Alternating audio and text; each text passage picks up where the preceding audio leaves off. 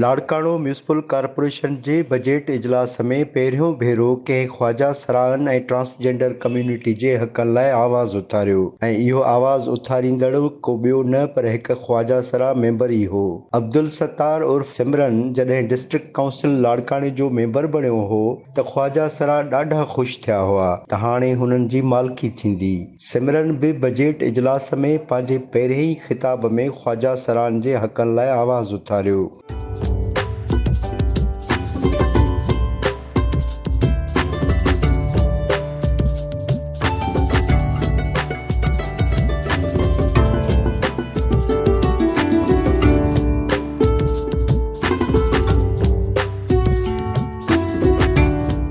सिमरन पंहिंजे तक़रीर में चयो त म्यूनिसिपल कॉर्पोरेशन में नुमाइंदगी ॾियण ते मां बिलावल भुट्टो ज़रदारी ऐं पीपल्स पार्टीअ जी थोराइती आहियां, पर इहा हक़ीक़त आहे त लाड़काणे जे ख्वाजा सराहन खे वज़ीफ़े समेत का बि सहूलियत न मिली आहे। हुन चयो त इस्लामाबाद, लाहौर ऐं कराची में ख्वाजा सराहन खे वज़ीफ़ो ॾिनो वञे थो ऐं ट्रांसजेंडर कम्युनिटी जे लाइ शेल्टर हाउस ऐं सिख्या घर क़ाइमु कया विया आहिनि, पर लाड़काणे जे हिक बि ख्वाजा सराह खे न वज़ीफ़ो मिलियो आहे ऐं न वरी का सहूलियत। ॿियनि शहरनि में इस्लामाबाद, लाहौर ऐं कराची में असांजे ट्रांसजेंडरनि जो पैसा मिलनि था ऐं असांजा जेके ट्रांसजेंडर जे लाइ एक्स कार्ड ठहियल आहिनि वीचारनि टोटल 20 माण्हुनि जा ठहियल आहिनि त उन्हनि जे लाइ हिन महिल ताईं को बि वज़ीफ़ो कान्हे को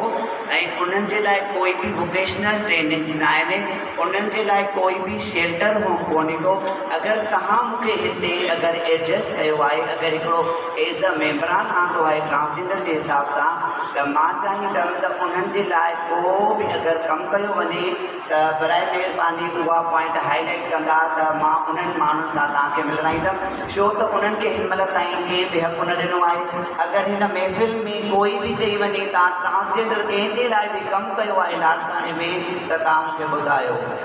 कोई बि कोन हूंदो सर। सिमरन पीपल्स पार्टी जा थोरा हुजण बावजूदि जंहिं नमूने पीपल्स पार्टीअ जी सरकार ते जाइज़ तनक़ीद कई ऐं पंहिंजे कम्युनिटी लाइ आवाज़ उथारियो, उन जी जेतिरी बि वाखाण कजे घटि आहे। सिंध असेंबली जे मेंबर्स खे बि सिमरन खां कुझु सिखणु घुरिजे।